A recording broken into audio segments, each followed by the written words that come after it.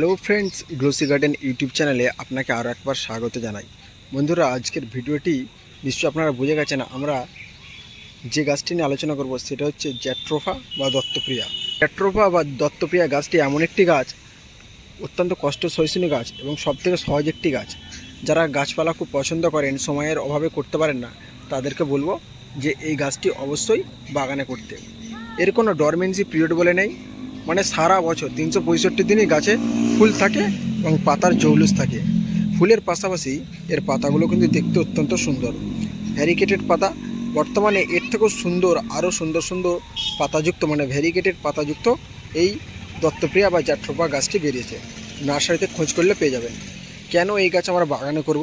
প্রথমত, বাগানে যদি 12 মাস ফুল থাকে, নিশ্চয়ই বাগান দেখতে ভালো লাগে সকলেরই। তাই যারা 12 মাসই বাগানে ফুল পেতে চান, তো এই গাছটি অবশ্যই লাগাবেন। বর্তমানে একটি জনপ্রিয় গাছ। এবার এর যত্ন পরিচর্যা কী? যেহেতু 12 মাস ফুল দেয়, যত্ন পরিচর্যা সেভাবে এর খুব একটা লাগে না। প্রকৃতির প্রধান 3টে জিনিস, আলো, বাতাস আর জল, এই 3টে ঠিকমতো পেলেই এই গাছ নিজেকে মেলে ধরে। এবার আমরা টবে গাছ করি।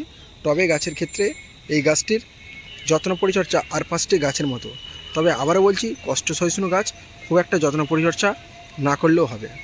আপনারা 2 মাস ছাড়া একবার মিক্সড খাবার দেবেন, 2 মাস ছাড়া। এভাবেই বলছি, আমি 2 মাস ছাড়া খাবার দিই, আমি তার থেকেও বেশি দিই, তবে আপনারা 2 মাস ছাড়া খাবার দেবেন। শিংকুচি, হাড়গুড়, নিমখোল, এইভাবে যে খাবার, এই সমস্ত খাবারকে মিক্সড করে দেবেন। রাসায়নিক চাইলে আপনারা 10-26-26 দিতে পারেন, সেটা প্রত্যেক মাসে অল্প করে টব অনুযায়ী। যদি 10 ইঞ্চির টব হয়, সেখানে আপনারা হাফ চামচ চারিদিক থেকে দিয়ে দেবেন। এরপরে বলি জল।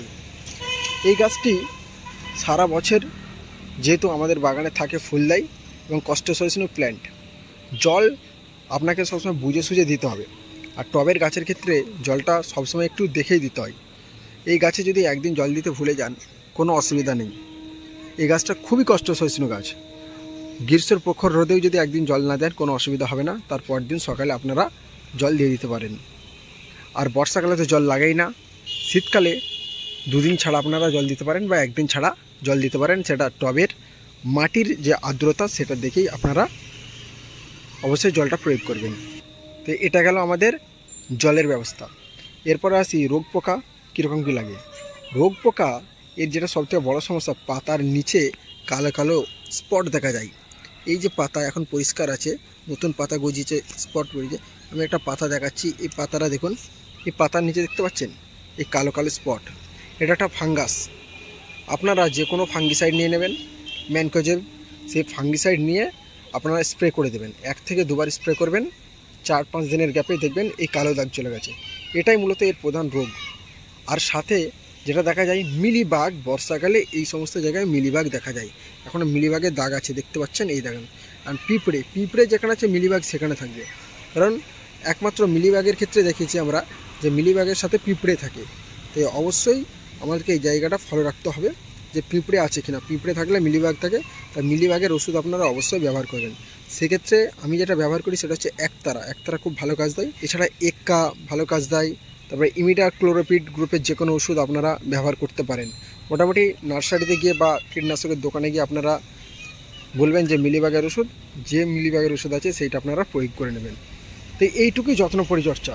সবথেকে ভালো যে 365 দিন বাগানকে উজ্জ্বল করে রাখে, আর অত্যন্ত দারুণ একটা ফুলের গাছ। অবশ্যই এই গাছটা আমরা আমাদের বাগানে রাখবো। তো বন্ধুরা, এই ছিল আজকের দত্তপ্রিয়া বা জ্যাট্রোফা গাছ নিয়ে সম্পূর্ণ যত্ন ও পরিচর্যা। এই গাছকে কীভাবে প্রতিস্থাপন করবেন, এর একটা ভিডিও আমি এর আগে দিয়ে দিয়েছি। ভিডিও সেকশানে ভিডিওটি দেওয়া আছে, আপনারা দেখে নেবেন। না হলে সেই ভিডিওর লিঙ্ক আমি আমার ডিসক্রিপশন বক্সে দিয়ে দেবো, আপনারা অবশ্যই দেখে নেবেন। তো বন্ধুরা, এই ছিল আজকের ভিডিও। ভালো লাগলে লাইক, কমেন্ট, শেয়ার করবেন। ধন্যবাদ।